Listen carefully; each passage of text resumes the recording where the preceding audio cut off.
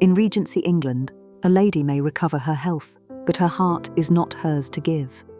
If you love Regency romance audiobooks like this one, you may wish to join our channel memberships.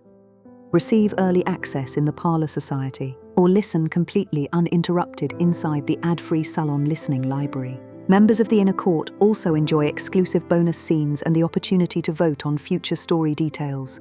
Your support helps bring more historical romances to life. A Matter of Breath begins now. Chapter 1. England, Briarfield Park, Sussex. A lingering chill. Autumn settled gently over Briarfield Park, not with storm or spectacle, but with a gradual paling of the fields and a quiet thinning of the light. The great oaks along the eastern drive had begun to bronze at their edges, and the lawns, once bright with late roses, now carried the faint silver of morning mist until nearly noon. Lady Clara Linton returned from the tenant cottages just before dusk, her half-boots darkened at the hem and the cuffs of her pale blue walking pelisse. Faintly damp, she had insisted upon the visit despite the chill in the air. A child in the lower meadow cottages had taken ill, and Clara, who possessed both a practical mind and a soft heart, would not be persuaded to send only broth and blankets. Inside, the warmth of Briarfield received her at once. Footmen relieved her of gloves and bonnet. The air carried the comforting scent of beeswax polish and wood smoke, layered faintly with rosemary from the kitchens below. "You are cold, my lady," her maid observed quietly as Clara ascended the staircase. "I am invigorated," Clara replied with a small, composed smile. "There is a difference."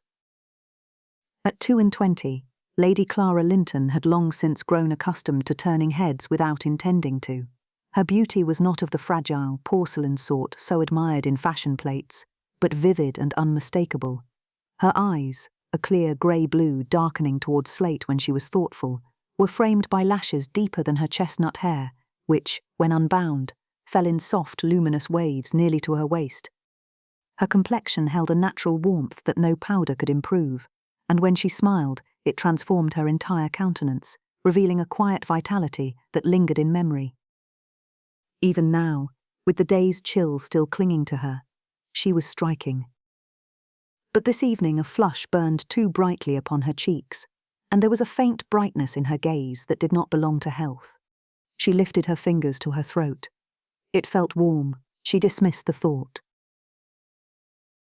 Later that evening, the family dined in the smaller drawing room, as was their habit once the season had ended and callers thinned. The polished mahogany gleamed warmly, catching the candlelight in a deep, honeyed sheen. The first course was a delicate white soup scented with nutmeg, followed by roasted pheasant glazed with butter and thyme. There were carrots simmered until tender and glossed in honey, and a dish of buttered green peas bright as polished jade. Freshly baked rolls, their crusts golden and crackling, were served with pale, fresh butter churned that morning. Clara ate little. Her mother noticed first. "You are pale, my dear," Viscountess Linton observed, setting aside her fork. "Was the air too sharp this afternoon?" "Only brisk," Clara replied, her tone even, though she paused briefly to steady her breath. "Mrs. Denham's boy is improved.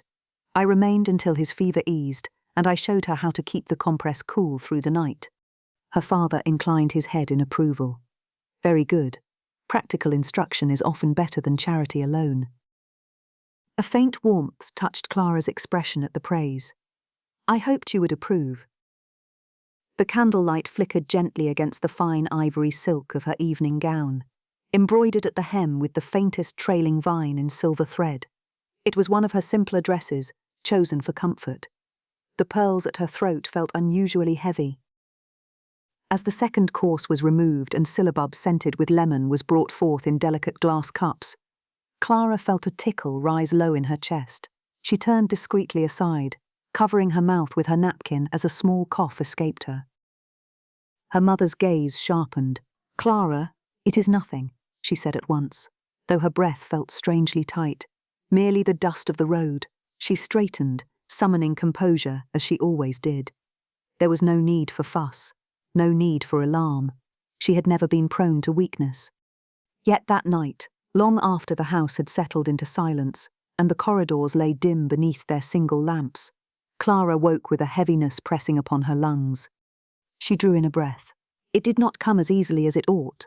She lay still, listening to the quiet of her chamber, to the faint whisper of wind beyond the curtains, to the measured ticking of the clock upon her mantel. Another breath, shallower this time. It is only the chill, she murmured to herself in the darkness. Nothing more. But when she closed her eyes again, sleep did not return so easily. The following morning dawned pale and windless, a thin veil of cloud drawn across the sky, as though autumn meant to soften its advance. Clara rose later than was her habit. Her maid, Sarah, noted the circumstance without comment, though she hesitated while fastening the row of small pearl buttons at the back of Clara's morning gown, a soft sprigged muslin in cream and faded blue. "You slept poorly, my lady?" Sarah asked gently. "Not poorly," Clara replied, though her voice carried a faint roughness, merely restlessly. The cough returned before noon. It was not violent, not alarming, only persistent, a tightening low in her chest that left her breath fractionally shortened after even modest exertion. She dismissed it twice before luncheon, once in the library and once upon the staircase, steadying herself discreetly against the banister until the sensation passed. By afternoon, Viscountess Linton's composure had begun to thin. "You are warm," her mother observed, placing a cool hand against Clara's temple. "Warmer than is comfortable." "It is the fire," Clara answered. "The air is close. The air is perfectly temperate," her mother replied, not unkindly. "You shall not visit the cottages again this week." Clara did not argue. She lacked the breath to do so without revealing the effort. A note was dispatched to their family physician, Dr. Alcott, but the reply returned swiftly and unsatisfactorily. He had been called to Bath to attend an ailing relative and would not return for several days. "Several days," Viscountess Linton repeated, the paper trembling faintly in her hand. "It is only a cold," Clara insisted, though the words seemed to settle heavily in her lungs. That evening, Lord Edward Markham, her betrothed since childhood and heir to the neighbouring barony, arrived precisely at 6. His coat of deep claret superfine was impeccably cut, his waistcoat embroidered in subtle gold thread, his boots polished to mirror shine. He carried with him the faint scent of bergamot and starch, London refinement carried into the country. "My dear Clara," Edward said, taking her hand briefly as she remained seated near the hearth, "I am told you have been overexerting yourself." "Only walking," she replied, managing a small smile. He studied her face with polite concern, though his gaze lingered scarcely a moment. "You must not risk your constitution. Spring will require all your strength." "Spring," Clara echoed. "For the wedding, of course," he said lightly. "My father has written regarding the settlements. We shall finalize matters before Christmas." She drew in a breath to answer, and felt the now familiar resistance beneath her ribs. Edward continued, unaware. "The Markham estate accounts are in excellent order this year. It will be a comfortable beginning." Viscountess Linton interjected gently. "Clara has not been entirely herself." "Ah." Edward nodded. "Then rest is clearly required." He remained a quarter-hour more, discussing arrangements with her father before taking his leave. When the door closed behind him, the drawing-room seemed quieter than before. Clara leaned back against the cushions, her breath shallow but measured. "It is only a cold," she repeated softly. Yet as night fell once more over Briarfield Park, the cough deepened, and with it, the uneasy sense that something within her chest was not inclined to retreat so easily. That night the fever declared itself. Clara woke well past midnight, her linen night rail clinging damply to her skin, the coverlet tangled at her waist. The air in her chamber felt close, though the fire had long since burned low. She drew in a breath. It caught, not sharply, not painfully, but with a troubling resistance, as though her lungs had forgotten the full measure of their task.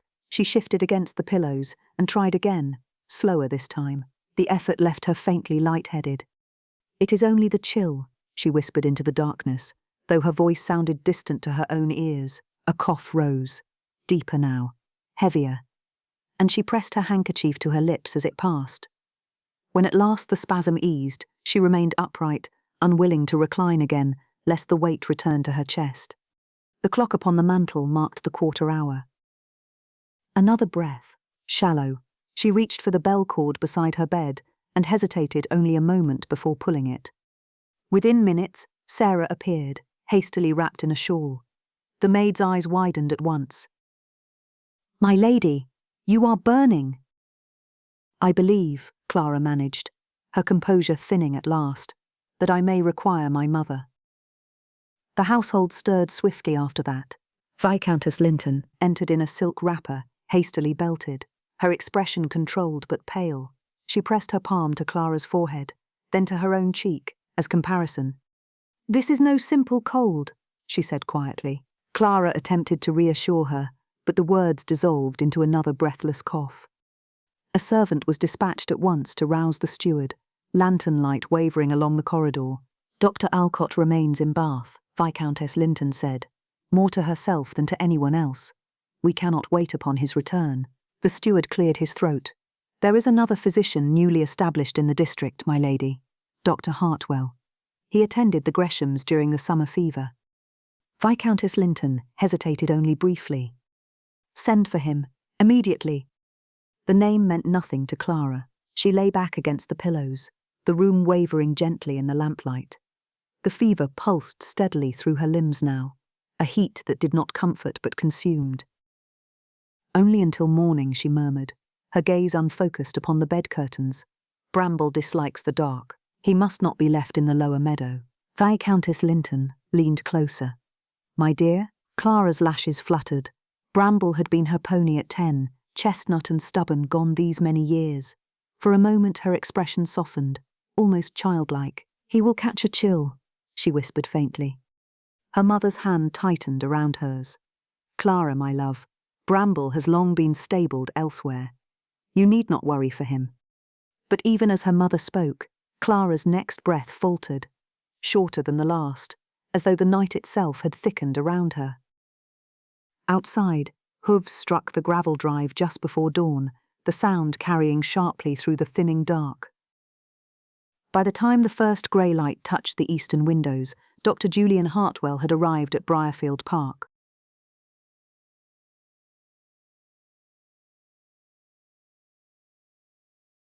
Chapter 2. The New Physician. Dawn had scarcely broken when Dr. Julian Hartwell entered Briarfield Park. He descended from his horse with haste, handing the reins to a waiting groom before lifting a substantial leather medical bag from the saddle. The bag was darkened by years of careful use, its brass clasp polished but unadorned. He removed his gloves as he entered the house, revealing long, steady fingers faintly chilled from the morning air. "The fever rose sharply in the night, sir," the housekeeper informed him in a hushed tone. "How long has her breathing been affected?" Julian asked. "Since near midnight." He inclined his head once. "Thank you." The chamber he entered was warm, the air heavy with banked coals and lavender water. Viscountess Linton rose from beside the bed at once, fatigue carefully concealed beneath dignity. "Dr. Hartwell," she said, "you are most prompt." "It is my duty, madam," he bowed. "May I attend to Lady Clara?"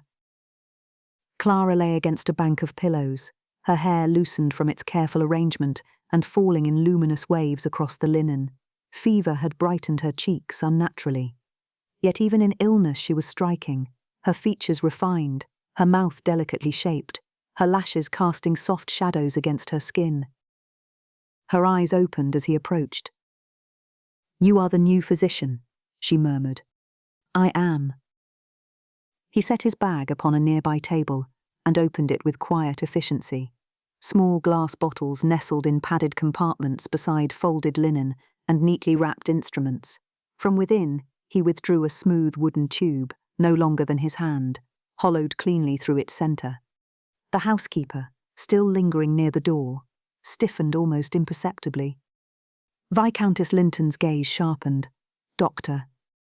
Julian did not look flustered. "It is an acoustic instrument, madam. It allows me to hear the lungs with greater clarity." He paused deliberately. and with greater propriety. A faint silence followed. Clara's gaze shifted to the instrument, curiosity piercing briefly through the haze of fever. "It listens?" she asked, her voice thin. "It does." He stepped closer to the bed, but did not yet touch her. "Lady Clara, I must place this lightly against your back to better understand the nature of your breathing. With your permission." Even in weakness, her pride stirred. "You may proceed, Doctor." Only then did he move. He placed the narrow end of the instrument carefully against the linen of her night rail, just below her shoulder blade, leaning slightly to listen. His expression did not alter, but his focus sharpened. The room had fallen so still that the faint crackle of the fire seemed intrusive. "Breathe deeply, if you are able," he said quietly. She obeyed. The breath shuddered midway, dissolving into a cough that bent her forward. Instantly, calmly, he steadied her shoulder with one firm hand until the spasm eased. He listened once more, then withdrew the instrument and returned it to his bag with measured care. When he turned to her mother, his voice was composed but firm. "There is inflammation of the lungs. It must be treated without delay, and with strict confinement to bed." Clara's eyes opened again at that. "I am not," she began, pausing to draw breath, "accustomed to confinement." A faint hesitation touched his expression, there and gone before it could be named. "Then you must permit me to insist," he replied. Their eyes met, hers bright with fever, his steady and unyielding. For a moment, neither spoke. Something unspoken settled between them. By mid-morning, the household had settled into a strained quiet. Dr. Hartwell had given his initial instructions and withdrawn briefly, allowing Clara to be attended by her mother and maid. Linens were refreshed. A light broth was prepared below stairs. The curtains were drawn back just enough to admit the pale autumn light without chilling the room. Clara endured it all with composure. When he was readmitted, she had been propped more upright against the pillows, her hair brushed smooth though left unbound. A soft wrapper of ivory muslin had replaced her night rail, its sash tied with deliberate neatness, despite her mother's insistence that appearances did not matter. Appearances always mattered, Clara thought. Across the room, Dr. Hartwell stood near the writing desk, his coat removed, sleeves precisely buttoned at the wrist. Without the coat, he appeared taller still, the line of his shoulders broad beneath the crisp linen of his shirt.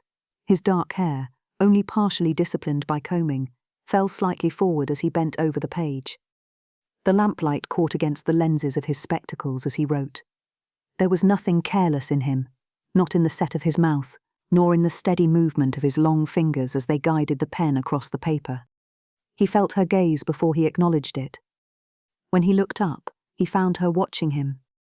Even weakened against the pillows, colour high in her cheeks, she retained a beauty that had clearly followed her since girlhood, luminous rather than delicate, a beauty long admired, and perhaps too easily indulged. He returned his attention to the page at once.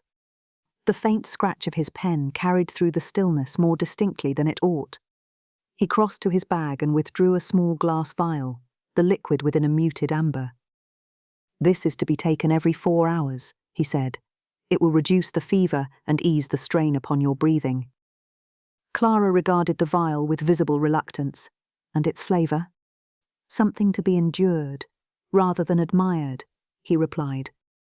"That is not reassuring," Clara said faintly. "It is effective," he said. He measured the draught with precise attention before handing the glass to her mother. Only as directed, no more. When the dose had been taken and endured, Clara's strength seemed to ebb further. Her breath caught again, shallower than before. She opened her eyes, and for the first time since his arrival, something unguarded showed there. "Doctor." The word was scarcely more than air. He stepped closer at once. "Yes, my lady." Her hand shifted against the coverlet, uncertain, then lifted with visible effort. After the briefest hesitation, her fingers closed lightly around his. The contact stilled him. "Is it?" She struggled for air. "Very serious?" There were no tears in her eyes, only fear, bravely contained. Julian did not withdraw his hand. "It is serious enough to command my full attention," he said quietly. Her grip strengthened slightly, not in panic, only in need. He allowed her the comfort of it. When her strength gave way and her grasp loosened, he supported her hand gently back to the coverlet. Viscountess Linton shifted in her chair, watching. Julian rose then, his expression once more composed. "She must not exert herself further," he said. "No more speech for the present." Clara's eyes closed, not in protest, but in exhaustion. He remained a moment longer, listening to the fragile cadence of her breathing, before stepping back. Julian gave his final instructions in a low voice and closed his bag with deliberate care. "I shall return this evening," he said to Viscountess Linton. "If there is any change before then, send for me at once." She inclined her head. "You have our gratitude, Doctor." He offered a brief bow and stepped from the chamber, drawing the door nearly closed behind him. Viscount Linton stood waiting in the corridor. He had clearly been there some time. "Doctor," he said. "My lord, if you would spare me a moment." Julian stopped. The corridor was cooler than the sick room, morning light falling in pale bands across the polished floorboards. "You are newly established in the district," the Viscount began. "I am. And your training?" "In London, my lord. At St. Thomas's." Julian paused only briefly. "I also completed a period of study in Paris." The Viscount's brows lifted slightly. "In France, yes. They are said to favour innovations." "They are exacting in their methods," Julian replied evenly. For a moment neither man spoke. "My family has relied upon Dr. Alcott for near 2 decades, the Viscount said. "He is a man of long experience." "I cannot match his years," Julian replied evenly, "but I stand by my judgment." "And you are confident in your judgment?" "I am." The Viscount studied him. The composed bearing, the spectacles catching the light, the absence of hesitation. "She is my daughter," he said at last, "and not accustomed to frailty." "I have observed her strength," Julian replied. "It will serve her, provided it is tempered with rest." The Viscount's jaw tightened. "Tell me plainly, is she in danger?" Julian met his gaze without evasion. "She is gravely ill, but not beyond recovery, if her condition is carefully managed and no further strain is permitted." The words were steady, measured. Another moment passed. Finally, the Viscount inclined his head. "Very well, Doctor. You shall attend her." It was not warmth, but it would suffice. Julian bowed slightly. "I shall do everything within my power." He took his leave then, the sound of his measured steps fading down the corridor, while behind the closed door, Clara's fragile breathing continued its uncertain rhythm.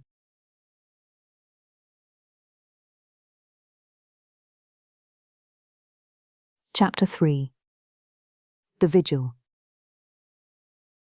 The fever rose by afternoon, not suddenly, but steadily. Clara drifted in and out of restless half-sleep, her skin hot beneath the linen, her breath uneven, too shallow, then too quick. The air of the chamber felt close despite the cracked window and the damp cloths laid carefully at her temples. Julian returned before dusk. He removed his gloves without speaking and set his bag upon the side table, his movements economical, familiar now to the household. The maid withdrew at once, grateful perhaps for the steadiness he carried with him. He went directly to the bedside. Her lashes fluttered but did not open fully as he took her pulse. It raced beneath his fingers. "Has she taken broth?" he asked quietly. "Very little," Viscountess Linton replied. "She cannot keep her eyes open long enough." Julian nodded once. He listened to her breathing, not hurriedly, not theatrically, but with exact attention. The wooden instrument rested briefly against her back. His brow drew slightly inward at what he heard. The inflammation had not abated. He straightened. "We shall increase the interval of the compresses," he said, "and another draught before midnight." The Viscountess hesitated. "Is she worse?" "She has strength yet," Julian answered. Later that evening, Lord Edward Markham arrived. He entered the chamber with the cautious uncertainty of a man unaccustomed to sick rooms. His coat was impeccably cut, his cravat arranged with studied precision, as though neatness might impose order upon circumstances. "My dear Clara," he said softly, though the softness felt practiced. She did not stir. Edward glanced toward Julian. "Does she know we are here?" "Not at present," Julian said. Edward stepped closer to the bed, then seemed to think better of it. The heat of the room unsettled him. The faint scent of vinegar from the cooling cloths and fever was not the perfume of drawing rooms. "Lord Linton told me she was unwell with an inflammation," Edward said quietly. "Yes," Julian replied. "The lungs are affected." "And you are confident," he pressed. Julian met his gaze without irritation. "I am attentive." It was not reassurance, but neither was it doubt. Edward shifted, adjusting his cuffs. "I had hoped to speak with her regarding our wedding arrangements," he said, lowering his voice. "But I suppose that must wait." "It must," Julian answered. The silence that followed was uncomfortable, but not for Julian. Edward remained only a quarter hour, then bowed and withdrew. Julian did not move from her bedside. He adjusted the damp cloth at Clara's temple himself this time, though the maid stood ready. His fingers brushed the fine strands of hair loosened against her cheek. He moved them aside with efficient care. Her breath caught suddenly, tightening. Julian leaned closer at once. "Easy," he murmured, though she did not hear him. He counted the interval between each breath. Too long. He remained perfectly still, listening. He did not leave her. The house had grown quiet. Viscountess Linton dozed in the chair near the hearth, her hand resting loosely upon its carved arm as though even in sleep she would not relinquish her post. A maid lay lightly upon a narrow pallet just beyond the adjoining door, prepared to rise at the slightest summons. The lamps burned low, their light softened by the drawn curtains. Beyond the windows, the October wind moved faintly through the trees. Clara's breathing altered first, gradually, but with a tightening that did not ease. Julian, who had remained beside the bed through the long hours, recognized the change at once. The rhythm shortened, the pause between each breath lengthened, then came too quickly, as though her body had lost its measure. He rose from his chair. "My lady." She did not wake. He placed one steady hand at her shoulder and eased her more upright against the pillows, careful not to startle lungs already labouring beneath the strain. "Steady now," he said quietly. Her brow drew faintly inward. A shallow breath caught, failed, then came again, thinner than before. Her lips parted. "I am so tired." The words were scarcely more than air. Julian's jaw tightened. "You must not yield," he said, low and even. "Do you hear me? You must not give way." Her lashes fluttered, unfocused. "Doctor." "I am here," he answered at once. He spared a brief glance toward the hearth. The Viscountess had not stirred. Another breath came, then none. For one suspended instant, the room held nothing at all. Julian felt the absence, sharp and absolute. He shifted his hold, bracing one arm firmly behind her shoulders to keep her upright, the other steadying her at the wrist as though he might will the pulse stronger by sheer constancy. "Now," he said quietly, "hold fast." Her chest shuddered. Air returned in a ragged pull. He held her there, unyielding.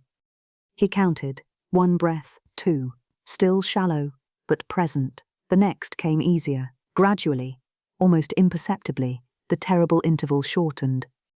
Julian remained where he was, supporting her weight without shifting his hold, though the strain in his arm deepened into ache. He did not call for assistance. He did not wake her mother. At last her breathing settled into a fragile but steadier rhythm. Only then did something within him loosen. It showed nowhere but in the brief closing of his eyes. When he opened them again, his expression was composed. He eased her carefully back against the pillows, adjusting the coverlet with precise hands. A damp curl clung to her temple. He brushed it away before he could examine the impulse. She did not wake. Across the room, the Viscountess stirred faintly but did not rise. Julian resumed his seat beside the bed, and he kept watch until dawn. Dawn came without colour, a thin grey light edged between the curtains, dissolving the last of the lamplight and revealing the room in muted outlines. Julian still sat beside the bed, One arm rested along the mattress edge, close enough to feel the faint stir of air each time her chest rose. His coat lay folded over the back of the chair. The collar of his shirt was no longer immaculate, and a shadow darkened his jaw, unshaven from the night's vigil. Across the room, Viscountess Linton stirred. For a moment she stared about her in confusion. Then recollection returned, and she rose at once. "Clara!" She crossed quickly to the bedside and bent over her daughter, her hand already seeking the warmth of her brow, the rise and fall of her breath. Clara's breathing remained shallow, but steady. Julian rose as the Viscountess reached the bed. "She is easier," he said quietly. The Viscountess pressed her hand briefly to her lips. "She was worse?" "For a time," he replied. "The danger has lessened." The Viscountess lowered her gaze, drawing a slow, steadying breath. Clara's lashes trembled. After a long moment, her eyes opened, unfocused at first, then slowly steadying. Her gaze found her mother. Then, after a pause, shifted. It rested upon Julian. There was no recognition of the night's peril in her expression, only exhaustion, and something quieter beneath it. "Doctor," she whispered. He inclined his head. "My lady." Her breath wavered but did not falter. "Is it morning?" "It is," he said. "You have done very well." Her brow knit faintly, as though some fragment of the night pressed at the edge of memory. "Was I troublesome?" The effort of the question cost her. Julian's answer did not hesitate. "No." The word was firm, almost gentle. "You must not attempt more speech," he added. Her eyes lingered upon him a moment longer, then they closed again.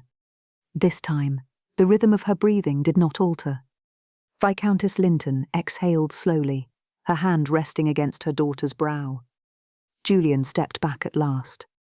The morning light revealed more plainly the strain of the night, the stiffness in his posture, the fatigue he did not acknowledge. Viscountess Linton's gaze lingered upon him a moment longer than courtesy required.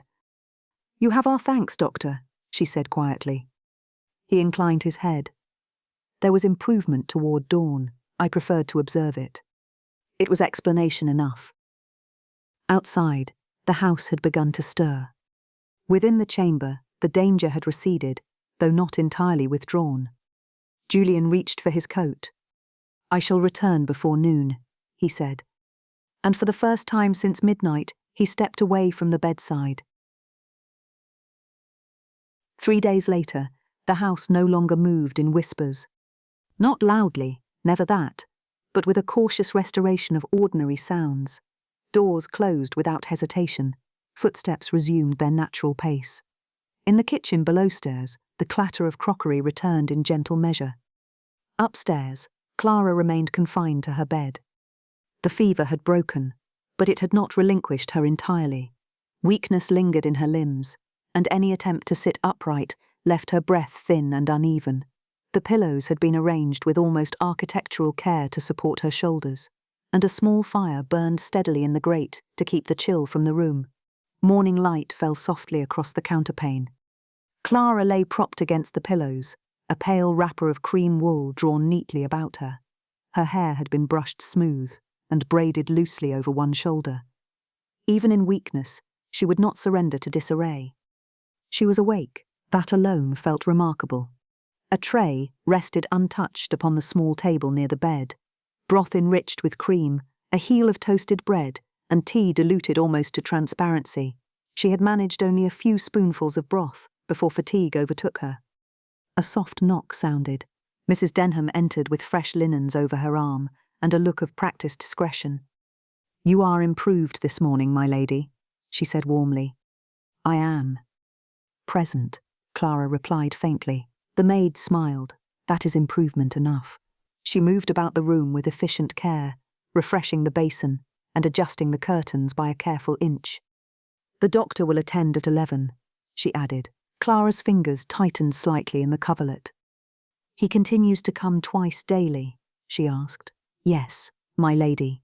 Without fail, there was no embellishment in the tone, merely fact. Mrs. Denham hesitated, then said, almost absently, "He was here again in the night, you know." Clara's gaze shifted. In the night, a small difficulty. the maid replied. Nothing grave. Her ladyship was quite distressed and sent for him at once. She apologized most earnestly afterward. Clara's breath thinned. Indeed? Mrs. Denham adjusted the picture on the washstand. He said only that she was right to send for him. The words settled quietly in the room. Clara said nothing. Mrs. Denham continued, unaware of the weight of what she added. And he did not leave until near dawn. A pause. Clara turned her face slightly toward the window. The light there was pale, diffused, gentle. I see, she said. But she did not. Not fully. Not yet.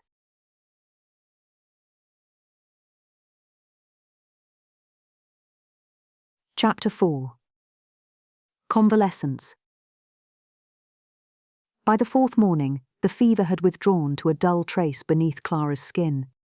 It no longer burned, but it had left its mark. Weakness lay heavy in her limbs, and the simple act of sitting upright taxed her strength. The pillows were arranged with care behind her shoulders, and a light coverlet rested across her knees despite the modest warmth of the room. The autumn sun reached her bed at an angle now, filtered thinly through the curtains. Dust motes drifted in the light, unhurried. The basin of vinegar had been removed. The air no longer carried the sharpness of illness. At 11 precisely, Dr. Julian Hartwell was announced. He entered with the same composed gravity he had carried from the first night. Hat removed, gloves set aside, expression measured. His coat was once again immaculate. The shadow of the previous morning had disappeared beneath careful grooming. Nothing in his appearance suggested fatigue. "Good morning, my lady," he said. "Doctor." Her voice remained faint, though clearer than before.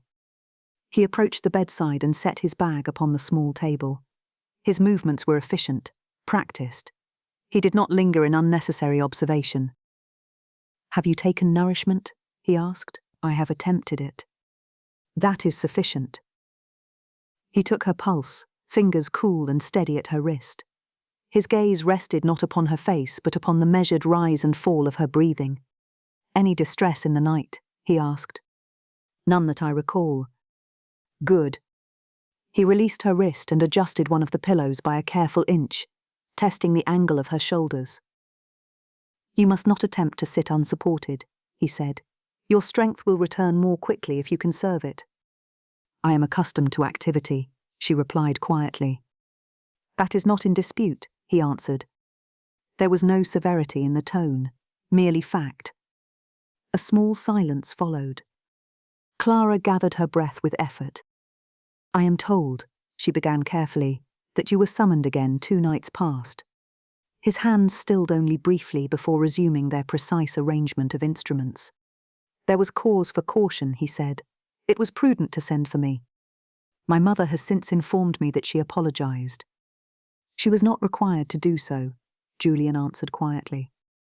Clara gathered her breath, and that she remained for some time. His hand paused at the clasp of his bag.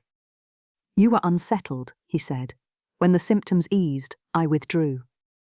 The explanation was measured, professional, complete. Clara's fingers tightened faintly in the coverlet. "Then I must thank you," she said. That made him look at her. "You need not," he answered. "You are my patient." The words were correct, entirely sufficient. Clara lowered her gaze. "Even so," she said softly, "I am grateful." For the briefest instant, something altered in his expression. Not warmth, not quite, but a flicker of awareness. He did not permit to linger. "You will recover more swiftly if you conserve your strength," he said, and resumed his examination. Julian was adjusting the angle of the pillow when the door opened without ceremony. "Ah, you are awake." Lord Edward Markham crossed the threshold with a brightness that did not belong to the sick room. Behind him, a footman bore an extravagant arrangement of blooms, roses forced into impossible fullness, camellias white as porcelain, and pale green fronds that seemed cut from a conservatory rather than an autumn garden. The colour entered the chamber before the man did. Clara blinked at the sudden saturation, crimson against cream, polished leaves against linen. "Edward," she said. He approached at once. all eager movement and careful restraint in the same breath. His gloves were immaculate. His coat carried the faintest trace of bergamot. He bent toward her, but not so near as to disturb the careful arrangement of pillows. "You look vastly improved," he declared. Julian straightened. "My lord," he said evenly. Markham acknowledged him with a brief nod, as though reminded only then of the physician's presence. "I am indebted to you." "Of course," Edward added. "My future father-in-law speaks highly of your attentions." "It is my duty," Julian replied. The footman placed the flowers upon the table near the hearth. Their perfection seemed almost theatrical against the quiet of the room. Edward turned back to Clara. "I had them brought from London," he said. "The hothouses at Kew have produced marvels this season. I thought something cheerful might be welcome." They were, undeniably, beautiful. They seemed almost too vivid for the quiet of the room. Clara studied them a moment. "They are very fine," she said. Edward smiled, relieved. "You shall be well enough to see them in the drawing-room soon, I hope. Dr. Hartwell assures me you are out of danger." Julian did not contradict him. He gave no sign of disagreement. "I must not exhaust you," Edward continued quickly. "You are to be sensible. No exertion." She had heard the sentiment before that morning. He remained only a few minutes longer, speaking of improvement, of relief, of how fortunate it was that the worst had passed. When at last he withdrew, the room seemed to resettle around his absence. The flowers remained. Julian regarded them briefly, not critically, not approvingly, simply as fact. Then he turned back to Clara. "You are fatigued," he said. She did not deny it. The effort of receiving visitors, even brief ones, left a tremor beneath her ribs. It was not pain, not precisely, only a thin awareness of how much breath still cost her. Julian stepped closer to the bed once more. He adjusted the cuff of her sleeve where it had fallen back from her wrist, the motion unthinking, practical. "You have done enough for this morning," he said. His voice had lowered again to that even register which seemed designed for sick rooms, neither intimate nor distant, steady as a clock. "And the flowers?" she asked, her gaze drifting toward the hearth. "They may remain," he replied, "provided the windows are opened briefly this afternoon. The scent is strong." And it was, almost aggressively so. A cultivated sweetness, thick and declarative. Nothing of damp earth or fading hedgerows clung to those petals. They had not known weather. Clara studied the crimson roses, their centres so full they seemed on the verge of collapse beneath their own abundance. "They are very perfect," she murmured. "Yes," he said quietly. He did not elaborate. She looked back at him. "You do not care for them." It was not accusation, merely observation. His mouth curved, just slightly. "They are impressive." "That is not the same thing," she said. "No," he agreed. The quiet acknowledgement settled between them, light, almost imperceptible, yet distinctly shared. He checked her breathing once more, listening with careful attention as she drew in a measured breath. The wooden instrument, cool through the linen of her gown, rested briefly against her ribs. "Draw your breath more slowly," he said quietly. "There is no need to hurry." She did so at once. It surprised her, afterward, how little reserve she had kept with him. When he had finished, he stepped back, but not immediately toward the door. "You will be permitted to sit up longer tomorrow," he said, "if there is no return of fever." It was the "if" that stayed with her. "And if there is?" she asked. "Then we wait," he answered calmly. The simplicity of it steadied her more than reassurance might have done.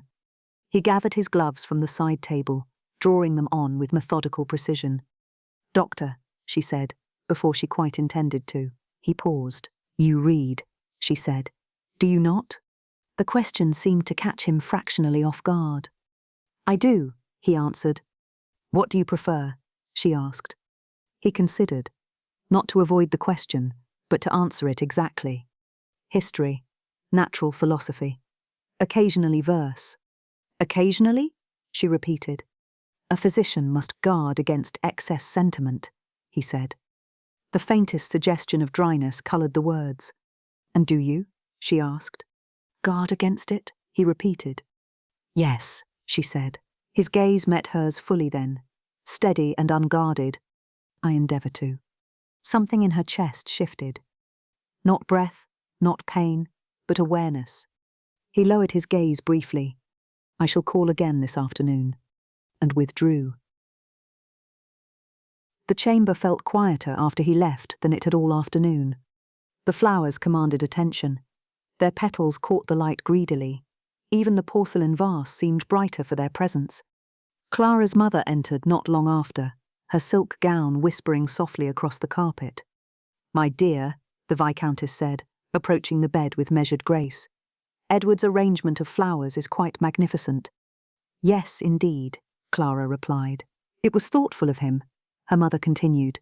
"Yes," Clara said, though her gaze had drifted toward the window. Her mother studied her closely. The scrutiny was affectionate, but it did not lack calculation. "You must not sit upright so long." Dr. Hartwell was clear. "He is rarely anything else," Clara replied. A faint pause. The Viscountess adjusted the coverlet needlessly, smoothing it over Clara's knees. "Lord Markham has been deeply concerned," she continued. "He rode over daily during the worst of it, though he did not wish to disturb you." Clara considered this. "I did not know. He remained below stairs," her mother clarified. "Your father kept him apprised." Concern at a distance. Clara nodded. "And the doctor," her mother added lightly. "He seems diligent." "He is," Clara said. "That is fortunate," her mother replied, her gaze lingering a moment longer than necessary. There was nothing more said. Yet Clara felt, not accusation, but watchfulness. It occurred to her then that he was not much older than Edward, and yet he seemed so. Her mother had remarked more than once upon his diligence. Clara did not doubt that the Viscountess had observed what any woman of sense would observe, that Dr. Hartwell was young, composed, and quietly handsome. The realization did not fluster her. It settled instead, a simple acknowledgement. It was strange that it had taken illness to bring him into her life. When her mother withdrew, the afternoon stretched long and pale beyond the windows. A maid opened them briefly, as instructed. The air that entered carried the scent of damp leaves and thinning sunlight. The flower's sweetness retreated, softened by something honest.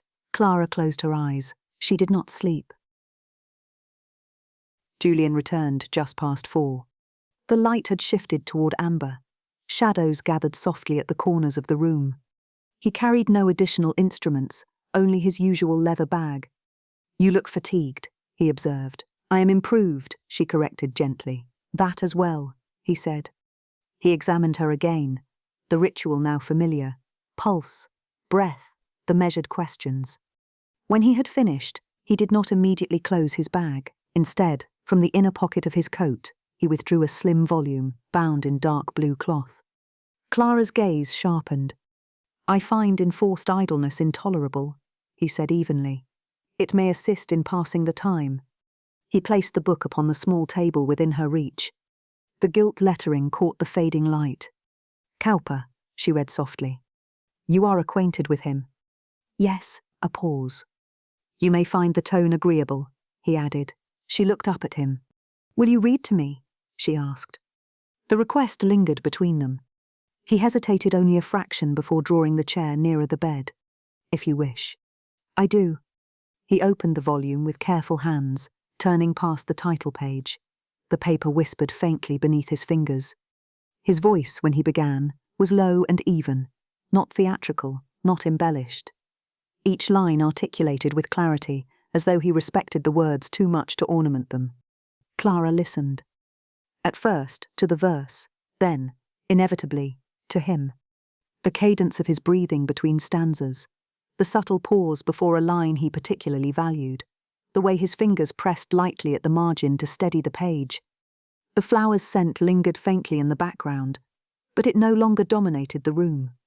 The light dimmed gradually. At one point she shifted, a small movement, and he stopped at once. "Are you uncomfortable?" "No," she said. "Please continue." He resumed. It was not Edward's easy smile, nor his steady confidence, not the spring wedding everyone assumed would take place, nor the brightness of those impossible roses. Her attention had settled instead upon the sound of the poem, and the quiet voice that carried it. When at last he closed the book, the room had grown almost dusky. "You must rest," he said softly. She should have agreed at once. Instead she asked, "Do you read to all your patients, doctor?" The faintest curve touched his mouth. "No. Then I am fortunate." "You are recovering," he corrected gently. He left it there. He rose, closing the book and placing it carefully upon the table beside her bed. "I shall return in the morning." She watched as he drew on his gloves, his movements as deliberate as ever. "Doctor," he paused. "Yes, my lady." "Thank you." He held her gaze. "You are most welcome," he said. For a moment, she sensed the restraint beneath the formality. After he left, Clara lay very still. The flowers glowed faintly in the half-light, extravagant and immaculate. The book rested beside her hand. She turned her face toward the window, where the last of the autumn sky thinned into evening. She found, to her quiet astonishment, that she was listening, not for the roll of wheels upon gravel, but for measured footsteps in the corridor. And she understood, dimly, that something had altered. Not dramatically, not irreversibly, yet undeniably.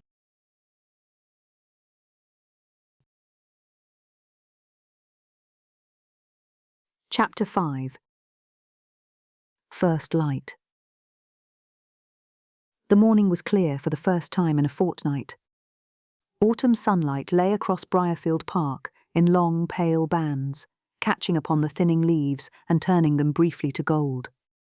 The air beyond the windows looked cool, but no longer forbidding. For the first time since her illness began, Lady Clara Linton was permitted to sit away from her bed. The chair had been drawn close to the tall window in her chamber, cushioned generously and angled so that she might rest without strain.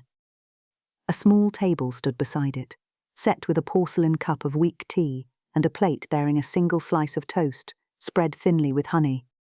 She had insisted upon being properly dressed. The wrapper had arrived only the evening before, commissioned quietly by her mother when recovery first seemed certain. It was fashioned of soft ivory silk, light but warm, falling in clean lines from shoulder to hem. A narrow ribbon of pale blue edged the cuffs and traced the modest square of the neckline. The colour lent a faint brightness to her complexion, which, though still delicate from illness, had regained its warmth. Her hair had been dressed once more, drawn back into smooth coils at her neck. A few loose strands framed her face, softening the effect. She felt, sitting there in the light, almost herself. Almost. The exertion of dressing had left her faintly breathless. Her hands rested quietly in her lap as she watched the grounds below, where a groom led a bay mare across the gravel sweep. When the knock sounded at the door, she straightened instinctively. "Dr. Hartwell, my lady," the maid announced. He entered with his usual measured composure, his dark coat immaculate despite the morning damp. He removed his gloves before stepping fully into the room. The maid occupied herself at the small table, folding fresh linen with careful hands, neither intruding nor absent. He began, as usual, to offer his customary greeting. "Good morning, my lady." He stopped. It was no more than the briefest pause, a fraction of a breath, but it was there. His gaze had lifted from the bed and found her instead by the window. Clara saw the moment register. Not surprise exactly. Not disapproval. Something quieter. A recalibration. "Good morning," he continued evenly. "Doctor," she returned. The light reached her where she sat, tracing the line of her cheek and catching faintly in the ribbon at her sleeve. The ivory silk seemed almost luminous against the darker wood of the chamber. "You have been ambitious," he observed. "I have been permitted," she replied. His eyes moved, assessing without intrusion, the steadiness of her posture, the absence of tremor in her hands, the rise and fall of her breathing. "You are fatigued," he said, though not reprovingly. "A little," she admitted, "but I wish to see the grounds again." He stepped nearer the window, though not so near as to intrude upon her space. "The morning is clear," he said. "It is well chosen." There was the faintest shift in his tone. Not warmer, precisely, but less clinical than before. She felt it. "You disapprove," she said lightly. "I do not," he answered, "provided you do not mistake improvement for full strength." "I should not dare." A quiet stillness settled between them. From this vantage, he saw her differently than he had at the bedside. The pallor of fever had receded, leaving her complexion luminous rather than fragile. The grey blue of her eyes, clearer now, reflected the morning light. The curve of her mouth held steadiness, not strain. She was no longer merely recovering. She was composed. He seemed, for a moment, to forget the next question he had intended to ask. It lasted no more than a heartbeat, but Clara noticed. "You find the chair unsuitable?" she asked gently. His attention returned at once. "On the contrary, it appears well chosen." A pause followed. "You look well," he said finally. The word was careful, selected. She felt warmth rise faintly beneath her skin. Not from fever this time. "Then your efforts have not been wasted," she replied. "My efforts were medical," he said. "And this?" she asked, gesturing lightly toward the window. He followed her glance to the autumn light spreading across the park. "I cannot claim credit for that," he said quietly. She smiled. The moment lingered only a second longer before he straightened and resumed his professional composure. He drew a measured breath and returned to his professional manner. "May I examine you, my lady?" "You may." As she shifted slightly in the chair to accommodate him, she remained aware that his brief hesitation upon entering had been real. Something had changed between them. Subtle but unmistakable. When the examination was concluded, he stepped back at once, restoring the careful space propriety required. "You continue to improve," he said. "Provided you do not exceed your strength, I expect no relapse." "I shall try to be sensible," she replied. The faintest suggestion of amusement touched his expression. "Moderation will be enough." The maid continued folding linen at the small table, her presence composed and unobtrusive. For a moment, neither of them spoke. Clara glanced toward the book he had left the previous day. "You mentioned once that you trained in London," she said. "Was it very different from here?" He regarded her briefly, as if weighing whether the subject would fatigue her. "It was," he answered. "The hospitals are larger, the cases more numerous. One sees in a week what a country practice might encounter in a season." "And did you prefer it?" she asked. "I valued it," he said carefully, "but preference is another matter." She waited. He seemed accustomed to offering only what was asked, no more. "The pace is relentless," he continued. "There is little quiet, little familiarity. One learns efficiency quickly." "And here," she prompted. "Here," he said, his gaze drifting briefly toward the window and the sweep of park beyond it. "One learns patience." There was no criticism in the word, only thought. "You chose patience," she said. "I chose usefulness," he replied. "There are villages within 10 miles that have never had a physician reside among them. When illness comes, they must send for one and wait, sometimes longer than is wise." The answer was simple, almost matter-of-fact. "And your family?" she asked gently. "Are they in London as well?" "No," he said. "They remain where they have always been. My father manages a modest estate, some miles beyond the village. He keeps his own land and serves, when required, as magistrate for the district." He spoke of it with quiet respect. "My mother manages the household," he added. "My younger brothers assist where they may." "You do not speak of it as though you were eager to leave," Clara observed. A faint warmth entered his expression then, the most unguarded she had seen. "I was not eager to leave," he said, "but I was eager to learn." "And they approved?" Clara asked. He allowed himself a brief breath that might almost have been a quiet laugh. "My father declared that if I intended to exchange fields for books, I must make the books worthwhile." "And have you?" she asked. "I endeavour to." The steadiness of the answer struck her more than pride would have done. She studied him in the clear morning light, the dark wool of his coat, well cut but unadorned, the linen of his cravat precise, the hands that had so often steadied her breathing, now resting calmly at his sides. "You might have remained," she said, "taken up the farm." "Yes." "But you did not." "No."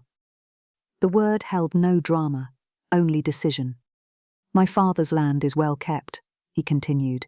"It provides for those who depend upon it. But medicine," he paused briefly, "medicine allows a man to serve beyond his own fields." Her gaze did not waver. "You wished to be of consequence," she said quietly. His eyes met hers then, direct but not challenging. "I wished to be of use," he corrected. The difference, though slight, stayed with her. Outside, the groom led a horse back toward the stables. The movement caught her attention for only a moment before she looked at him again. "And Briarfield?" she asked. "Is it patience you practice here?" A trace of something, awareness perhaps, passed through his expression. "Briarfield requires attentiveness," he said, "as does any household of its standing." There was no bitterness in the acknowledgement, only clarity. "And does that trouble you?" she asked. He considered. "No," he said at last. "Illness does not observe rank, nor does recovery." The words were spoken evenly, yet they lingered. The maid set aside the folded linen and withdrew a few paces, allowing them a greater measure of privacy without quite leaving the room. Clara rested her hands again in her lap. "It seems I owe my recovery to more than patience," she said softly. "You owe it to time," he replied. "And to you," she said. He did not contradict her. The morning light lay between them, calm and unbroken. They had not moved, yet the distance no longer felt the same. The morning had advanced almost without their noticing. A faint weariness had begun to gather at Clara's temples, though she would not have named it fatigue. "I have detained you longer than I ought," she said at last. "You have done no such thing," he replied, "but you have done enough for one morning." She did not argue. "I believe I can manage the return to the bed." Before he could object, she placed her hands upon the arms of the chair and rose. The movement was too swift. The room shifted, not violently, but enough. The light that had seemed steady blurred at the edges. A thin weakness ran through her limbs. She did not stumble, but she would have. He reached her before she fully understood her miscalculation. His hand closed firmly about her forearm, not roughly, not urgently, but with decisive steadiness. His other hand hovered near her elbow, ready but restrained. "My lady," he said quietly. The maid remained near the table, properly present and watching. Clara felt the strength in his grasp, not possessive or hesitant, but sure. For a heartbeat, her breath lost its rhythm. "I am well," she said. "You will be," he answered evenly, "provided you proceed more cautiously." He did not release her at once. Her balance had already returned.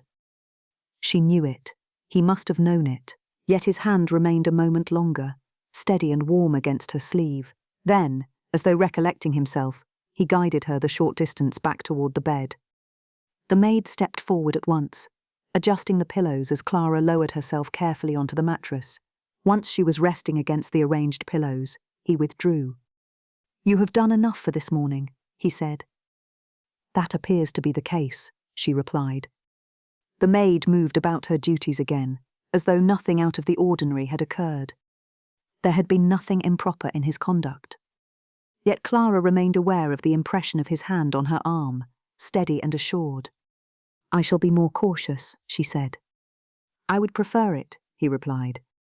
Their eyes met once more. Neither looked away at once. He gathered his gloves.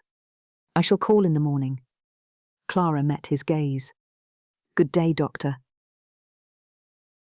The air seemed changed in his absence. Clara rested back against the pillows. Her arm retained a lingering warmth. It was strange that so simple a contact should remain in her thoughts. Whether it had remained in his, she could not know.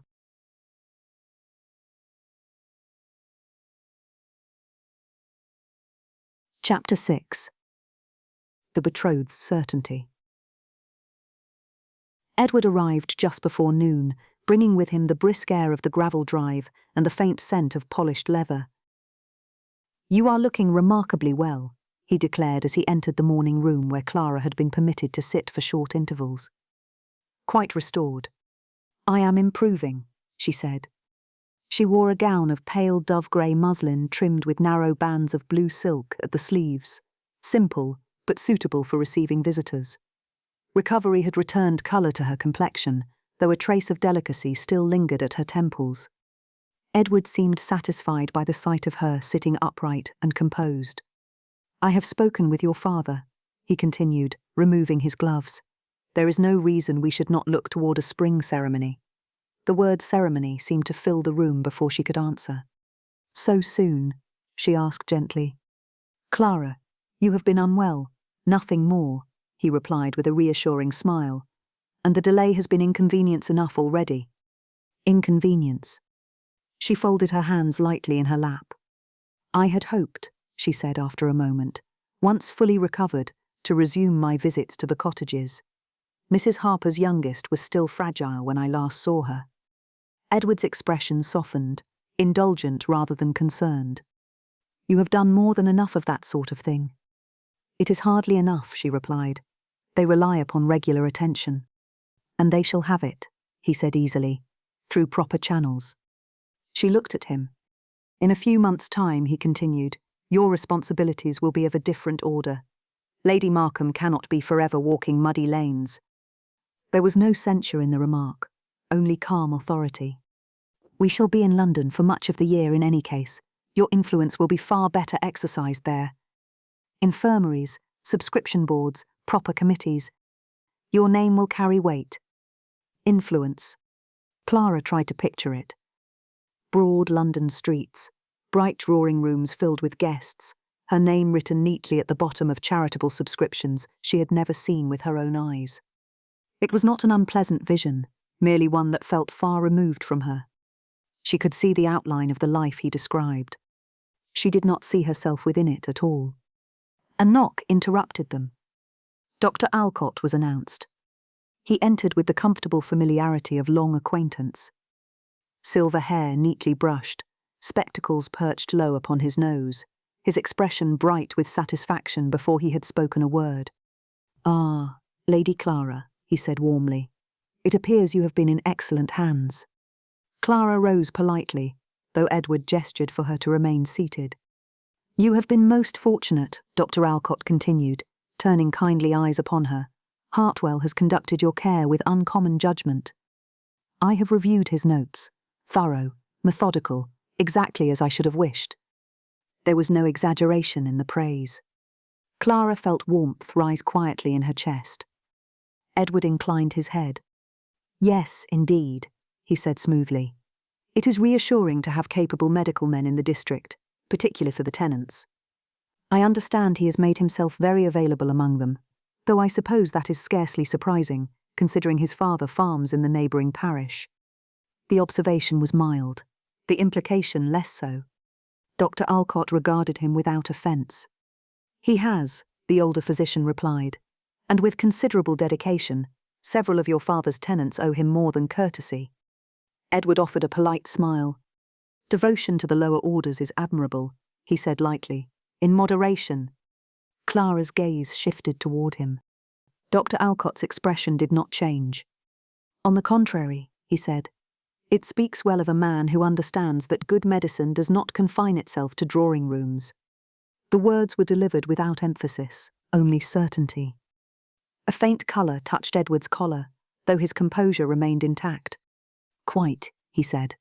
"Naturally, one prefers steadiness above all." "And steadiness," Dr. Alcott returned pleasantly, "is precisely what Dr. Hartwell possesses." He patted Clara's shoulder lightly. "You have done admirably, my dear, and so has he." The older physician proceeded with a brief examination, declaring himself entirely satisfied with her progress. "You have been most carefully tended," he said as he replaced his spectacles. "Dr. Hartwell's notes are thorough. I could not have improved upon them." There was no flourish in the praise, only professional conviction. "You were fortunate," he added kindly. He gathered his instruments and took his leave soon after, satisfied and cheerful. When the door had closed behind him, Edward resumed his seat beside Clara, as though the interruption had been a minor delay in practical arrangements. "Now," he said, adjusting his gloves. "There are still a few matters to settle." Later that afternoon, Clara returned to her chamber. The light had shifted toward evening, soft and golden where it fell across the carpet. Her maid assisted her from the grey muslin gown and into a light wrapper of pale blue lawn, fastening the ties with careful efficiency.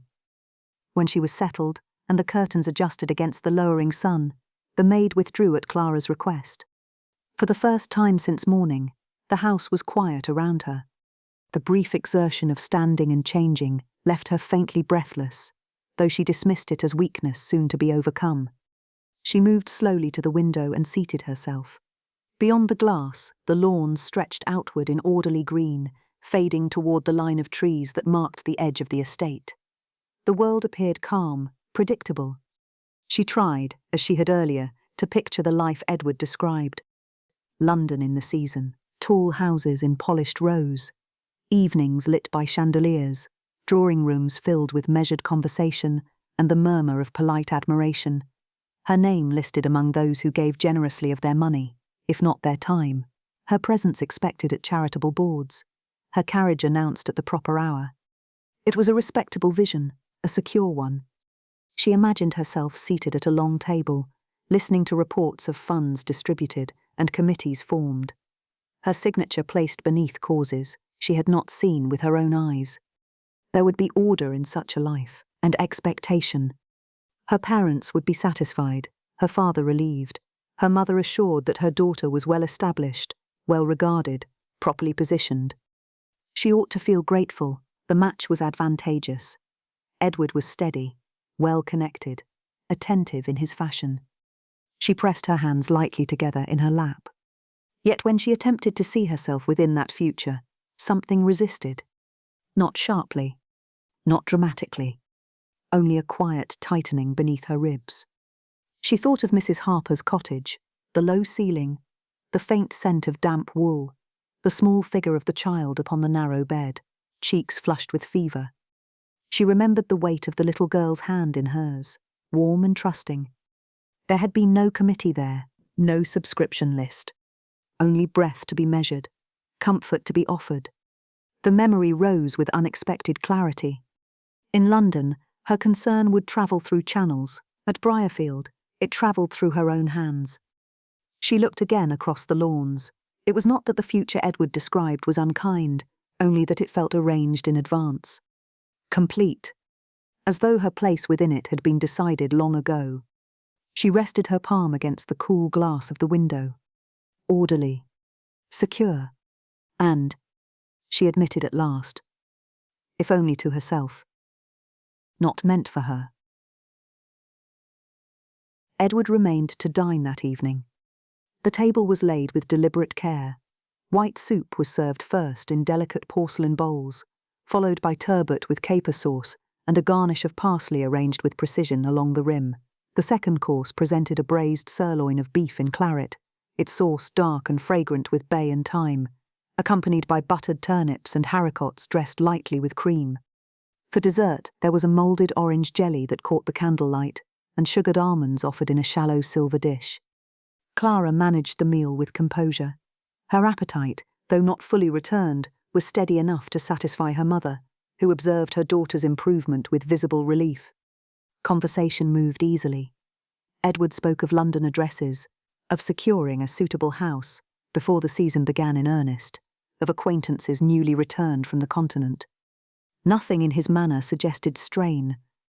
When the meal concluded, the ladies withdrew to the drawing room, where coffee was served, and the fire burned low against the autumn chill. Clara sat beside her mother upon the settee, upholstered in pale green silk, listening as the Viscountess spoke of invitations yet to be answered. After a short interval, the gentleman joined them. Edward resumed his place at Clara's side. His tone remained steady, confident, forward-looking. It was not until much later, when he rose to take his leave and her parents had turned their attention to a discussion near the hearth, that he spoke of it. "There is one small matter I ought to mention. he said quietly, drawing on his gloves. She looked up at him. In light of your recent illness, my solicitor advised a modest revision to the settlements, merely as precaution.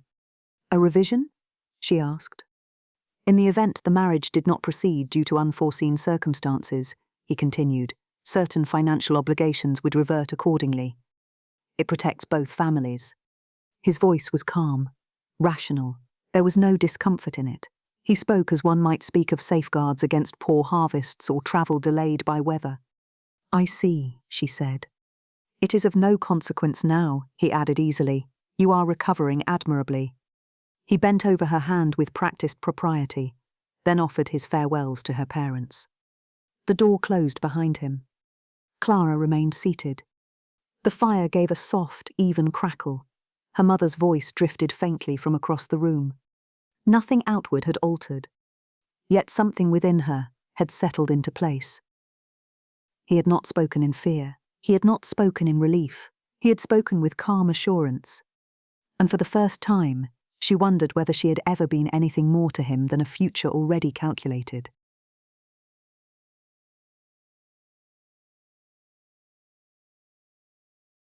Chapter 7. A walk in the garden. 2 days later, Clara was permitted her first walk outdoors. The morning had dawned pale but clear. A light mist clung to the lower lawns, lifting gradually beneath a late autumn sky. The air carried the faint scent of damp earth and fallen leaves, sharp but not unkind. Her maid settled a soft wool shawl about her shoulders before she descended the shallow steps from the terrace. Clara wore a walking dress of sage green merino, trimmed simply at the cuffs and collar, the fabric chosen more for warmth and display. Her bonnet, tied neatly beneath her chin, framed her face without shadowing it. She paused at the final step. The garden lay before her, familiar, orderly, unchanged. And yet the world felt wider than it had from behind glass. The gravel crunched faintly beneath her boots as she took her first careful steps along the path. The roses, though fading, still clung stubbornly to their stems, pale petals edged with the faintest brown. The hedges had begun to thin, revealing glimpses of the open fields beyond. A single oak at the far boundary had surrendered nearly all its leaves, their russet shapes scattered in quiet drifts along the lawn.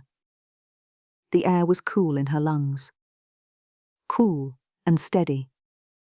She drew in a breath, deeper than she had managed in weeks.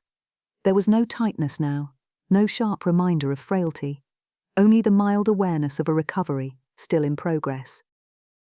It is good to be out again, she said.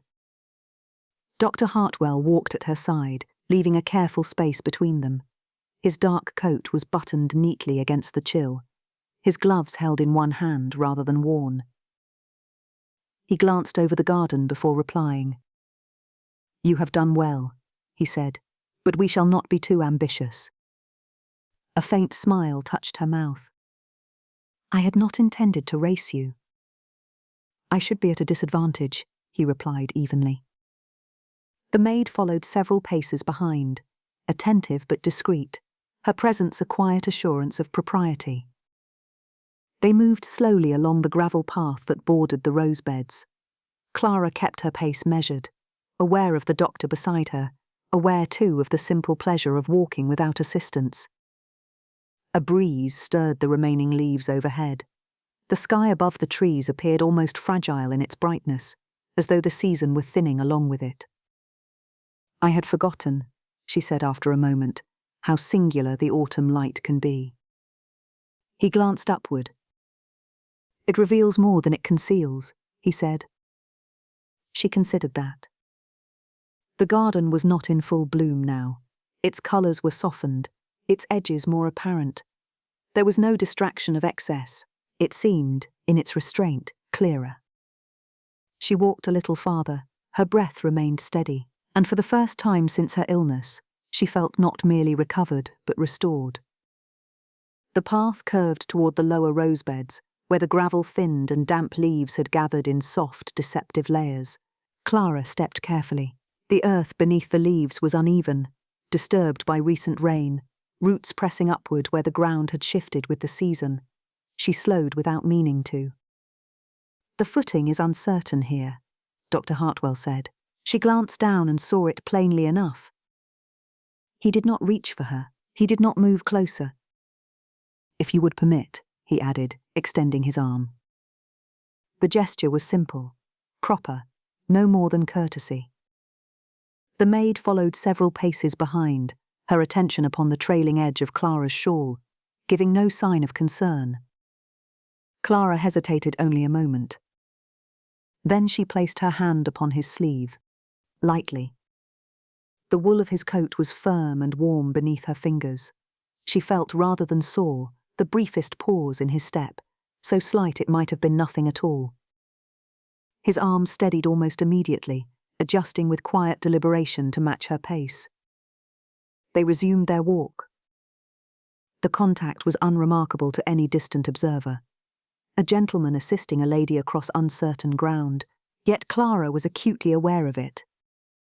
Not the support, the nearness, the measured rhythm of his stride beside hers, the warmth that travelled through wool and glove, the faint scent of clean linen and autumn air. Her breath remained even. So did his. They did not speak. The garden dipped slightly before rising again toward the old stone wall at its far boundary. When the path levelled once more, she withdrew her hand. He did not linger in the contact. He simply adjusted his sleeve, as though nothing unusual had occurred. And yet something had altered.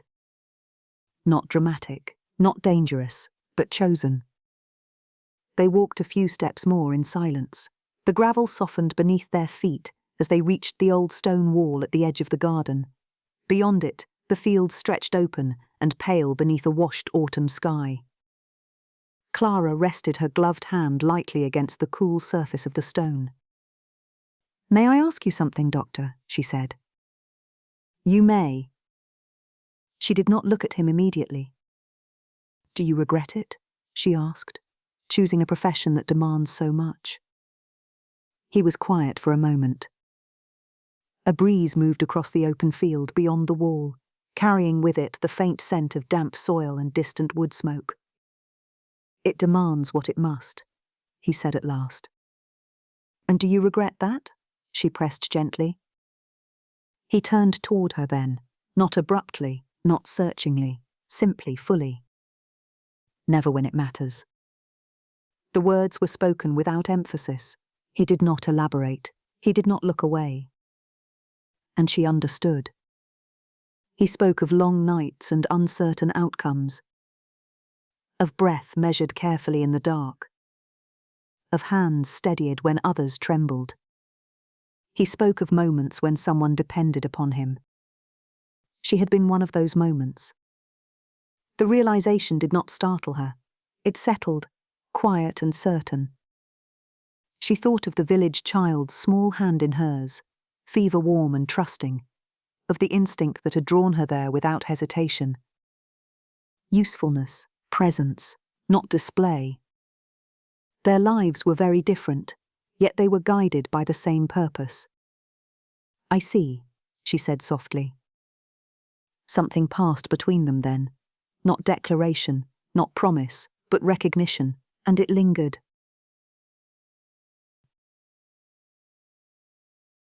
Dr. Hartwell returned home just as the last of the daylight faded from the village street.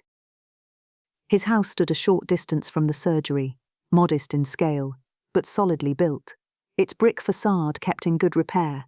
A small brass plate beside the door bore his name plainly engraved. A light burned in the front window. Mrs. Ellison admitted him before he could knock, as though she had been listening for his step. "You are later than expected, sir," she observed gently, taking his hat and gloves. "The weather was fair," he replied. "Lady Clara was permitted a longer walk." Mrs. Ellison nodded, evidently satisfied by this explanation. She had served physicians before. "I have kept supper warm," she said. "Cook has prepared lamb with barley and a dish of stewed carrots. There is bread as well." "You are very good," he answered. The dining room was small but orderly. A single lamp cast steady light across the polished wood of the table.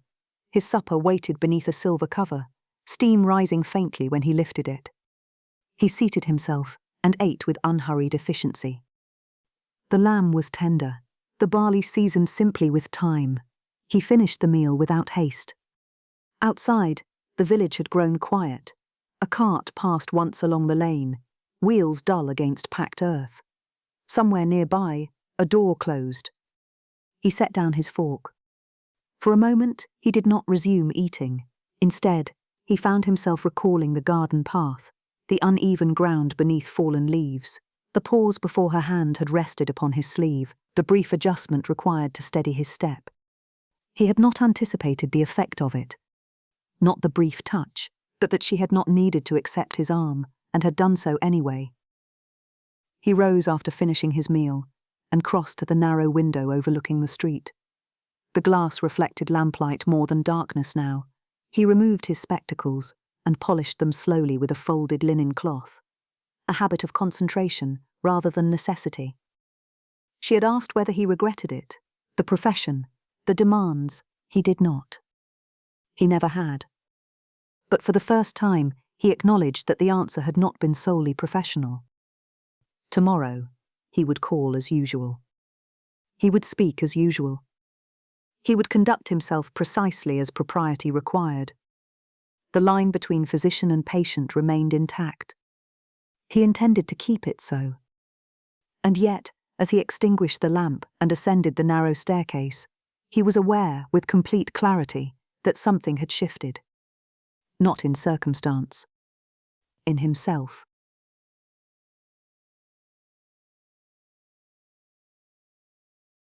Chapter 8. Murmurs in the hall. The first remark was made politely. Mrs. Weatherby of Hawthorne Grange called one mild afternoon, her bonnet ribbons tied with careful precision and her gloves buttoned neatly at the wrist. She inquired after Clara's health with genuine interest and expressed relief at her recovery. The weather was discussed at length, along with the harvest and a recent dinner in the neighbouring parish. Only as she rose to leave did her tone shift slightly. "You have been fortunate," she said to the Viscountess, lowering her voice just enough to suggest discretion. "It is a comfort, of course, to have such attentive medical care so close at hand." "It has been a blessing," the Viscountess replied calmly.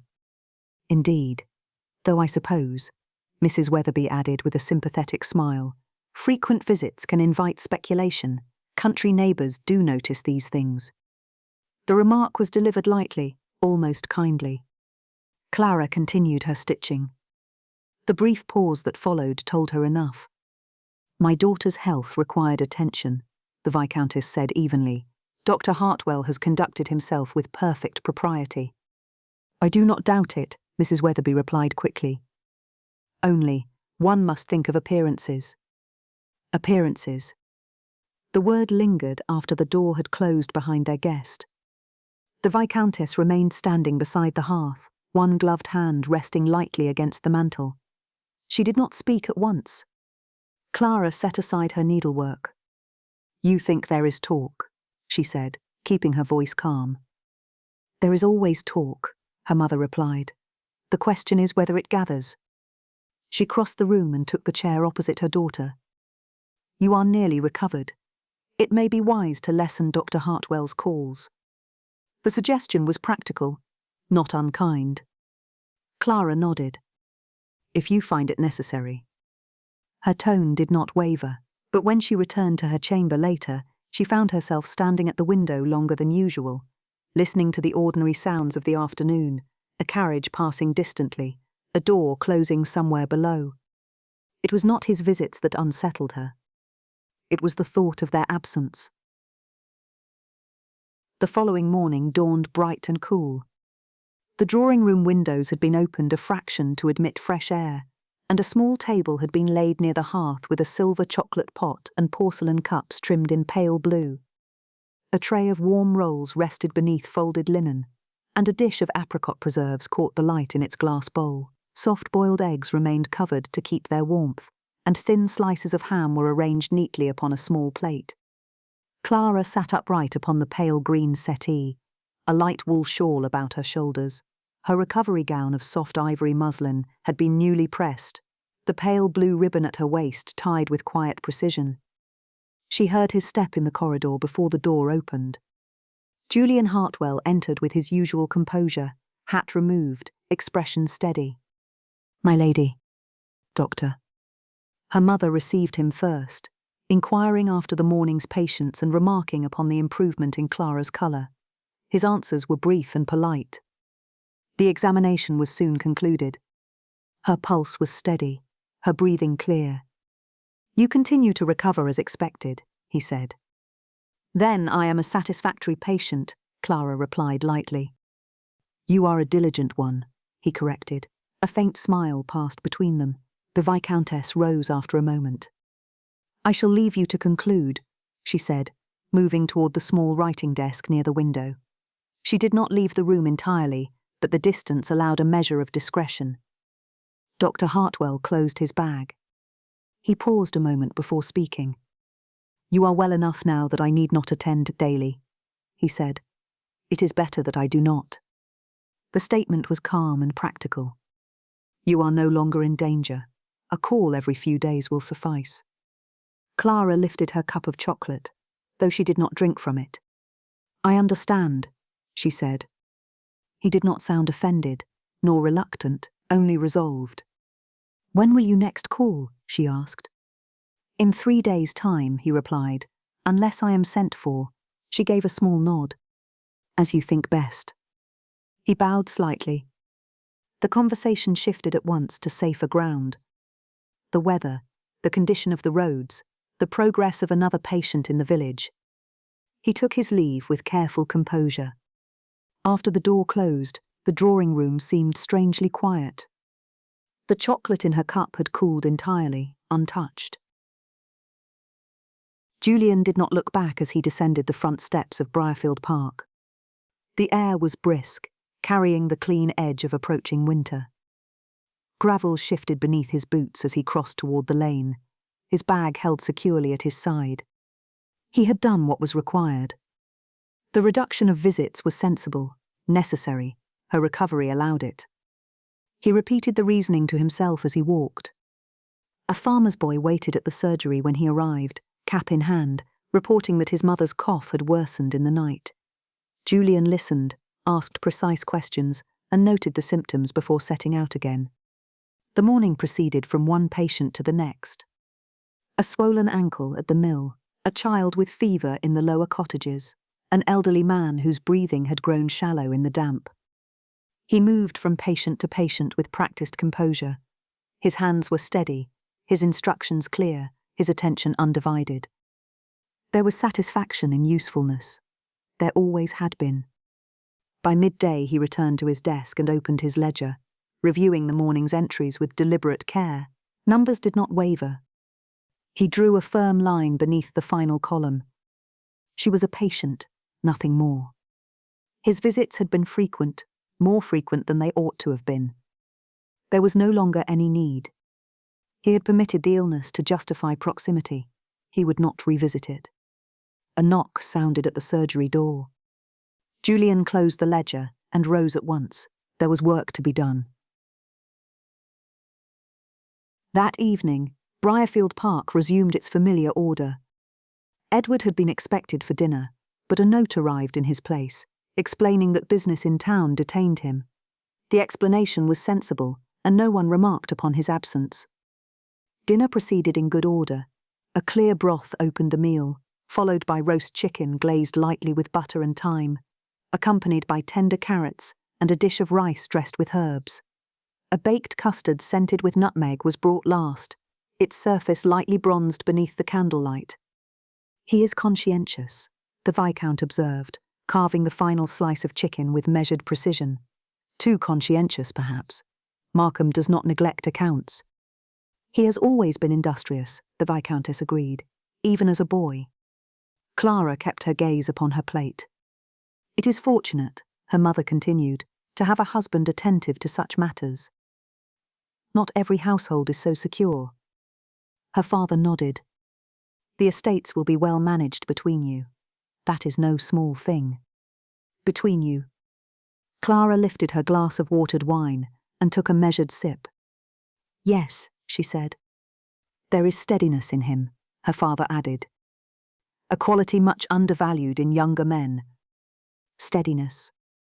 The words settled differently now. He will make an excellent husband, the Viscountess said gently. There was no pressure in it, only certainty. Clara folded her napkin carefully upon her lap. I do not doubt it, she replied. That was precisely the difficulty. After dinner, Clara remained in the drawing room while her mother attended to her correspondence. The lamps were trimmed, the fire burned low and steady. A single candle burned low beside her chair, its wax pooling quietly on the brass holder. She opened a book and fixed her eyes upon the page. After several minutes she realized she had not absorbed a single line. Footsteps sounded in the corridor beyond. Firm, measured, her hand paused against the paper. The step passed the drawing-room door without pause. She exhaled slowly. A few minutes later, the front door opened and closed again. Voices murmured in the hall. A man's tone, deeper, lighter in cadence. Edward. He entered moments later, removing his gloves. My apologies, he said with easy composure. The roads were slower than expected. You are returned safely, the Viscountess replied. That is sufficient. He crossed to Clara's side and took her hand for a moment. You look quite restored, he said approvingly. Dr. Hartwell has done his work thoroughly. Yes, she said. He spoke for several minutes of accounts and improvements to be made at his estate. Spring would come quickly, he said. There was much to prepare. Clara listened. His presence was familiar, predictable, assured. Edward remained only a short while before joining her father in the study. Clara reopened her book. Another set of footsteps crossed the hall. Lighter this time, a servant attending to the lamps. Her attention remained fixed upon the sound. She had grown accustomed to another rhythm. A measured tread. A brief pause outside the door. The quiet knock before he entered. 3 days, he had said, unless sent for. The fire burned steadily. The house was as it always was. And yet she knew with sudden clarity that she had not been listening for Edward's step. She had been listening for Dr. Hartwell.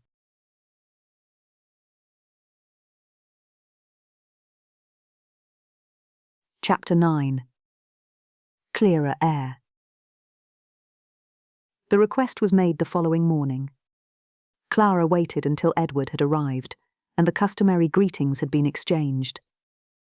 The drawing-room was bright with late autumn light, the curtains drawn back to admit what warmth the sun could offer. A small fire burned low in the grate. Her mother observed them both with composed attentiveness. Edward, Clara said evenly, may I speak with you in the morning room? The slightest pause followed. Edward smiled, faintly amused. Of course. The Viscountess looked from Clara to Edward, a faint crease forming between her brows. I shall be here, she said quietly. Edward smiled again, puzzled but untroubled. The morning room was smaller, less formal. A writing desk stood near the window, and a vase of pale chrysanthemums had been arranged upon the side table. Edward removed his gloves as the door was left slightly ajar behind them. I have just been speaking with your father, he said with easy satisfaction. We agreed there is no reason to delay. If we act promptly, the wedding may be held in April, May at the latest. Clara remained standing. So I am told. He glanced at her. I trust you are pleased. Her composure did not shift. That is what I wished to discuss. He smiled faintly, misreading her gravity. It is only sensible, he continued. Now that you are fully recovered, there can be no advantage in postponement. The arrangements are nearly settled. Recovered. Clara absorbed the word without reaction. She folded her hands lightly before her. Edward, she said, it is that assumption I wish to address. His brow furrowed. Assumption? Our engagement, she said. I have considered it as it stands now, not as it has always been assumed. His expression sharpened. It has not altered. No, she replied. It has not been examined. A faint colour rose at his collar. Your father is in full agreement, he said. My father's agreement does him credit, she answered evenly, but the decision is mine. That gave him pause. You speak as though you mean to withdraw, he said, the ease in his voice thinning. I do, she replied. She did not look away. And for the first time since entering the room, Edward's composure faltered. He stared at her as though she had spoken in a language not entirely familiar. You cannot be serious. I have never been more so. A brief silence settled between them. Outside, a wagon rolled faintly along the gravel sweep, the sound distant and ordinary against the stillness of the room. This is... He stopped, recovering his composure. Clara, we have been engaged since childhood. Our families have long considered the matter settled. Nothing has occurred to warrant so sudden a reversal. Not sudden, she said quietly, only long unexamined. His jaw tightened slightly. If this concerns your recent illness, you must allow for weakness of spirits. You have been unwell. Such trials unsettle the mind. My mind, she replied, has rarely been clearer. A deeper flush rose along his throat. I have conducted myself with perfect propriety, he said. I have pressed no advantage. I have made arrangements only for our mutual benefit. I do not question your propriety. Then I do not understand. She studied him then, not unkindly. His fair hair was precisely arranged. His coat, a deep claret superfine, fit him impeccably. He looked every inch the husband she had always been told she would have. And yet, I have been grateful to you, she said. You have offered security, stability, consideration. Those are not small things, Edward said. A faint stiffness entering his voice. No, she agreed, they are not. Then what is lacking? The question was sincere. That, more than anything, steadied her. You speak of our marriage as though it was simply the next step, she said, as though it had already been decided. That is precisely the point, Edward replied. And I find, she answered, that I do not wish it to be decided for me. He blinked. She drew a careful breath. When I was ill, Edward, I understood for the first time how little of my life had been chosen by me. I was grateful for the care shown to me. But gratitude is not the same as affection. His gaze sharpened. Is there another influence at work here? The question was controlled, but not casual. No, she said, meeting his eyes. There is only myself. He searched her expression, perhaps expecting hesitation. There was none. You would exchange a settled future, he said slowly, for uncertainty. I would rather decide for myself. That answer unsettled him more than defiance would have done. You will be spoken of, he said at last. People will speculate. They already do. And you accept that? I must live within my own decision longer than I must endure their opinion. The silence that followed was different from the earlier one. Not disbelief now, but a quiet reckoning. At length, he drew himself up slightly. I will not press you, he said. If you are certain, I will not stand in your way. I am. He studied her for another moment, not with anger, but with something like reluctant recognition. You are altered, he said. No, she replied softly, only more certain. For a moment, something like respect touched his expression before it disappeared. Very well, he said. I shall speak with your father. The formalities will be managed discreetly. Thank you. He replaced his gloves with careful precision, each movement deliberate. When he reached the door, he paused. I wished you happiness, Clara. I believe you did. He nodded once, then departed. The latch settled into place with a quiet, decisive click. Clara remained where she was, her hands still folded before her. The room seemed unchanged, the chrysanthemums pale as ever, the morning light unwavering against the glass, and yet something within her had shifted irrevocably. For the first time since childhood, her future stood unwritten. And though the space before her was uncertain, it did not feel airless. She drew a slow breath. It came easily. Over the next few days, the news moved quietly through the village. It was mentioned at counters and garden gates, carried a little further each time, until it was generally understood that the engagement between Lady Clara Linton and Lord Edward Markham would not proceed. No explanation was offered, and few thought it proper to ask.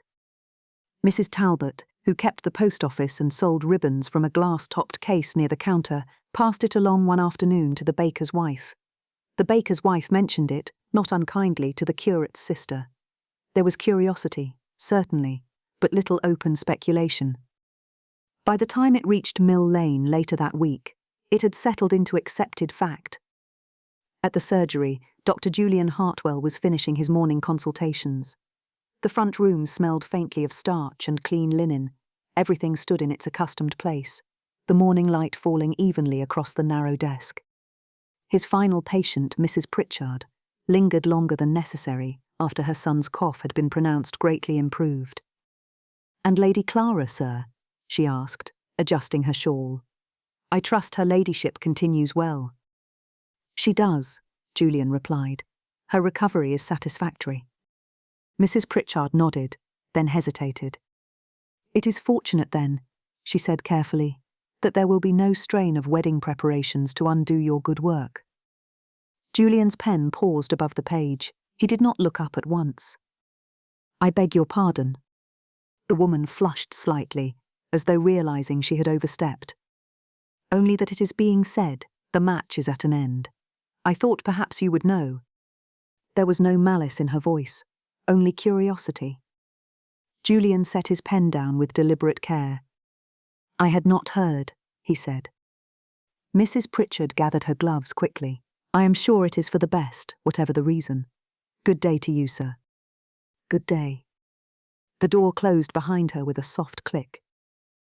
He remained standing by the window long afterward. Mill Lane lay quiet in the afternoon light.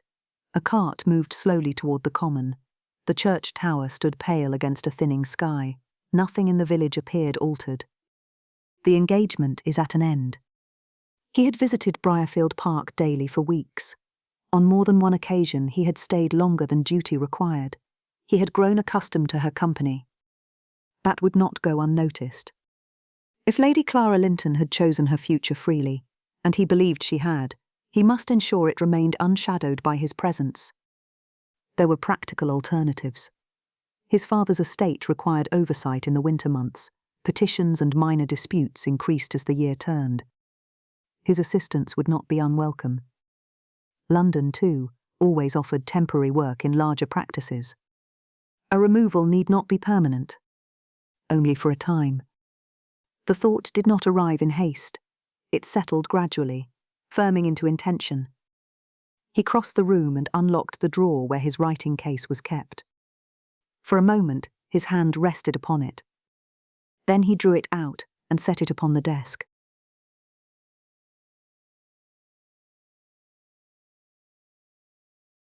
Chapter 10. Open air. The morning broke clear and pale, the sky rinsed of cloud by the night's chill. A thin brightness rested over Briarfield Park, touching the upper branches of the elms before descending slowly toward the lawns. Clara stood at her dressing table while her maid fastened the final hooks of her dark blue wool pelisse, lined in quilted silk for warmth. Beneath it she wore a high-necked walking dress of soft grey, the fabric heavier now than the muslins of summer. She drew on kid gloves and accepted her bonnet, trimmed simply, the ribbons wide enough to sit snugly beneath her chin against the cold. "You will not require the carriage, my lady?" the maid asked. "No," Clara replied. "It is brisk, but quite manageable."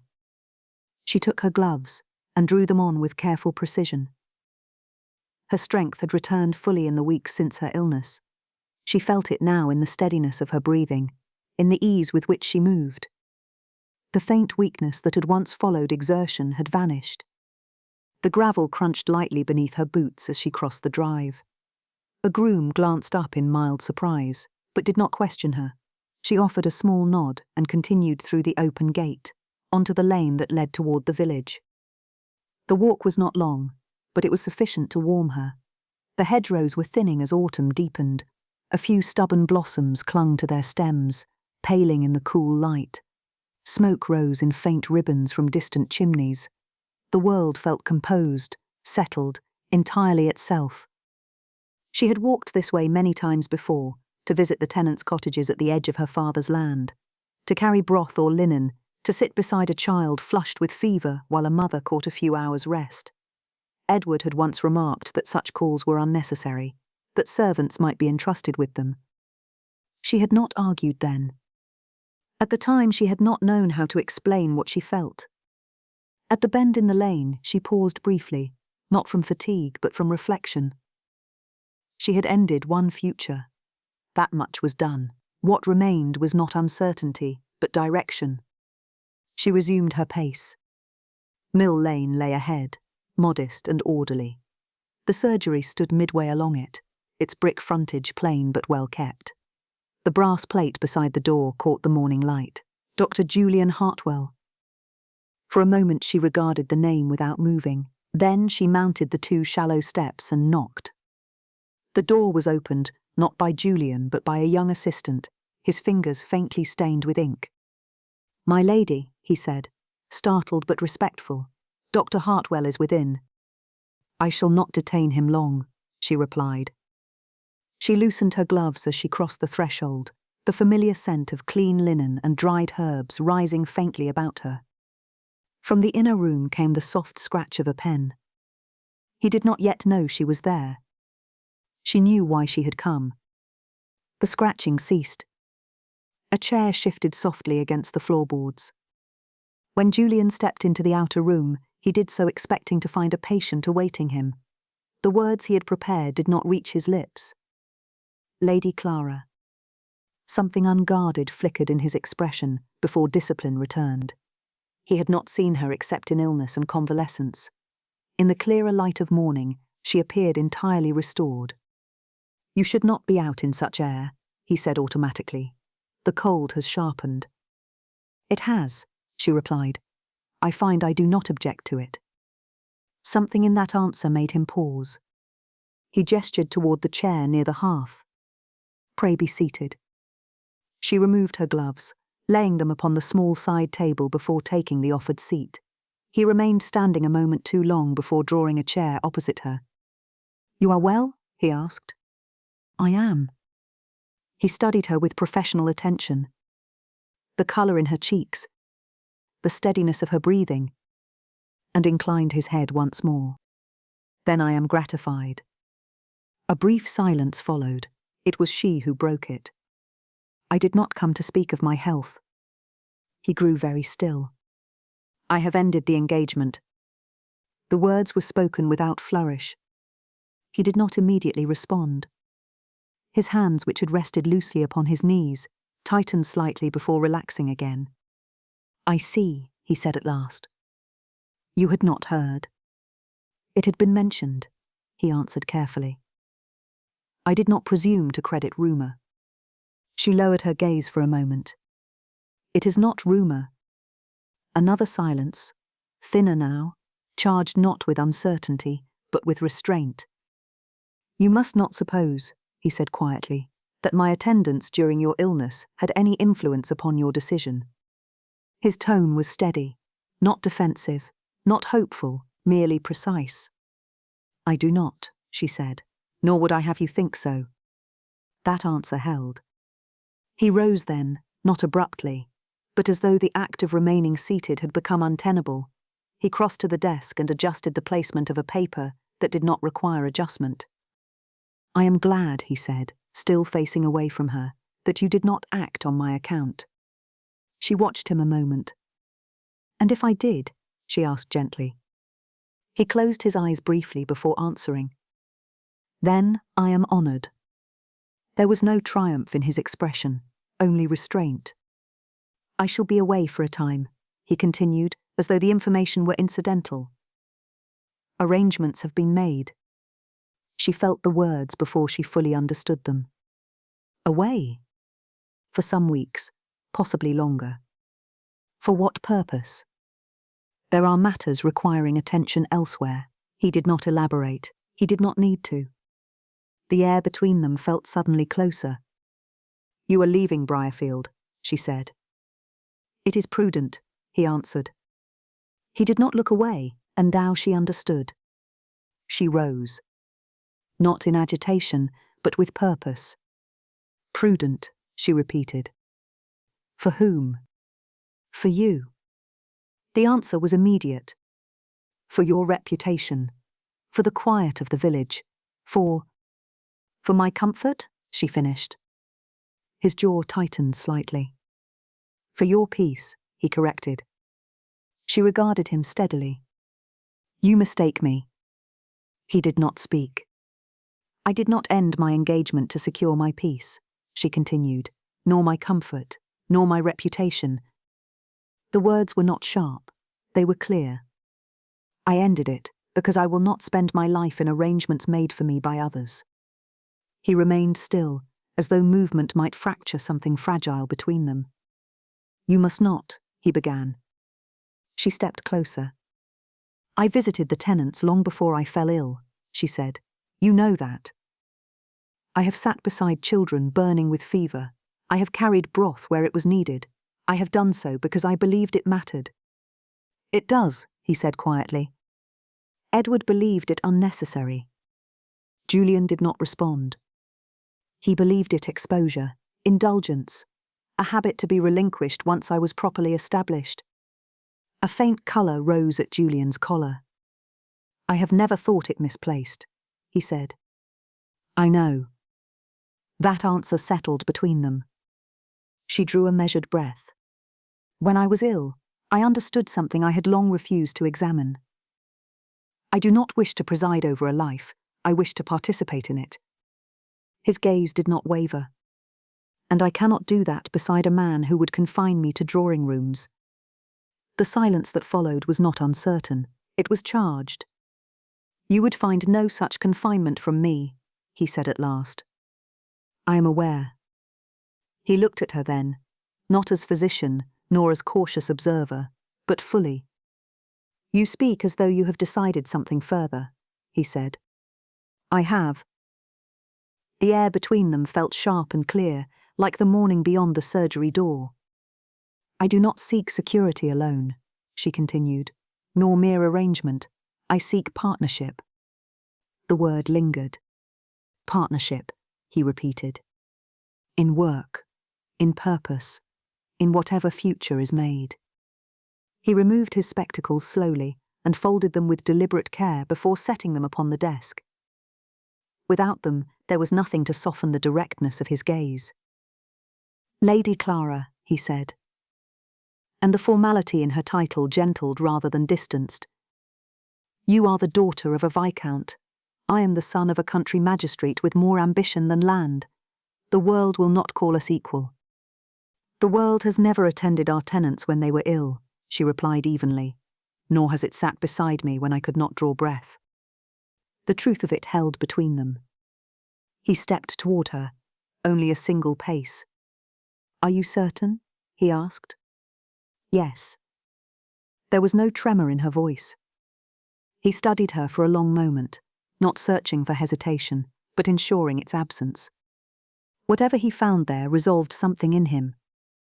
"If you are certain," he said quietly, his voice low with something more vulnerable than ceremony, "then I would count it the greatest honor of my life to stand beside you." It was not gallantry. It was a vow, offered without hesitation. Relief moved through her, quiet, overwhelming. "And I beside you," she answered. Not because it was expected, not because it was wise, but because, in every future she could imagine, there was no place she wished to stand that was not at his side. He reached for her hand. This time there was no careful distance, no measured restraint, only choice. He lifted her hand to his lips, not as a physician might, steady and precise, but as a man who had nearly lost his courage and found it again in her eyes. She tightened her fingers around his. The boundaries they had drawn between propriety and longing dissolved, quiet as dawn. They had chosen. And in choosing one another, they had chosen joy.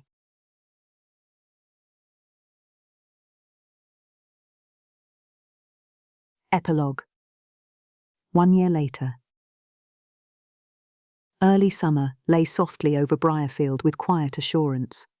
The lawns had deepened into green, the hedgerows were thick and fragrant, and the ivy along the south facade had climbed into full leaf, casting patterned shade across the terrace stones. Lady Clara Hartwell stood beneath that shade in pale green silk embroidered with ivy, the thread catching the light when she turned. The luncheon table had been laid beneath the open sky.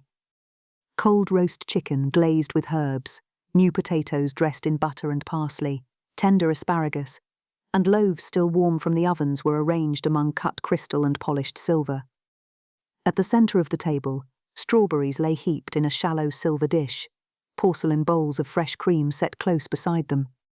Guests stood in agreeable clusters across the terrace and lawn.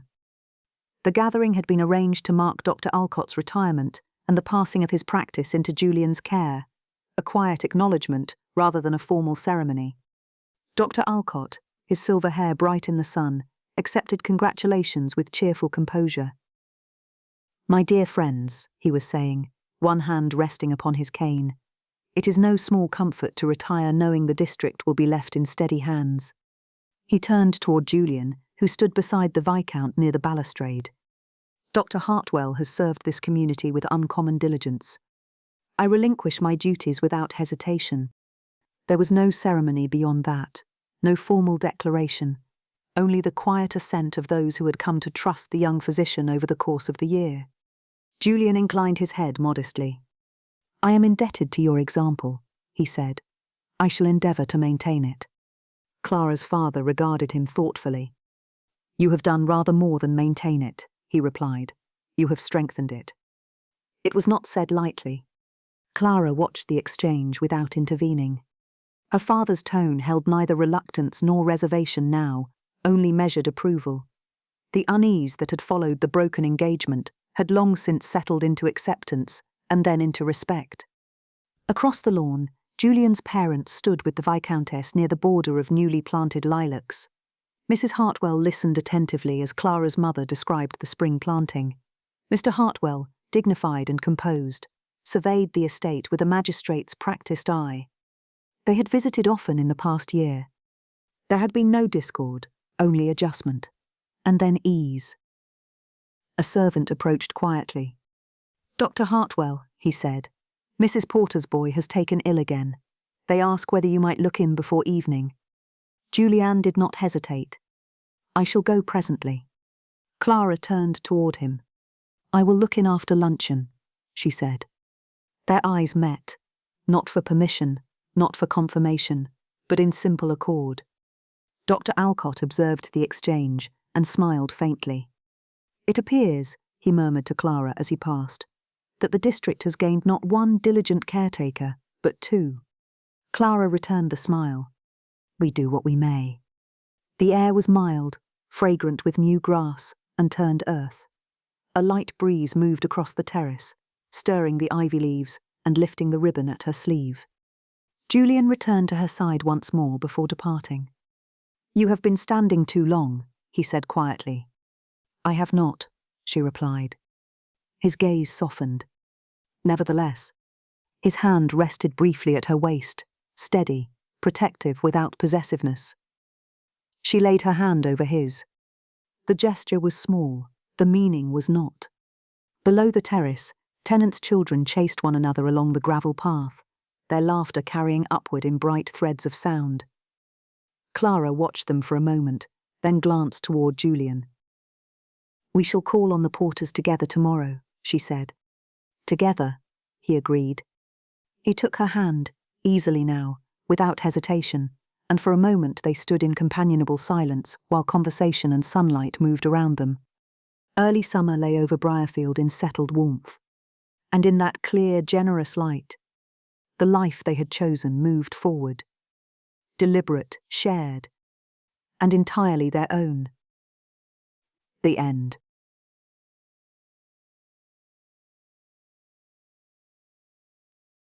Thank you, dear listener, for sharing a portion of your day with this story. New Regency romance audiobooks are released each Tuesday, with early access on Sundays for members of the Parlour Society and beyond. If you prefer your romances uninterrupted, the ad-free salon listening library awaits. And should you wish to buy me a cup of tea, you'll find a discreet little button just below. Perfectly respectable, I assure you. I shall return soon with another romance, unless I've been spirited away by moonlight and mischief.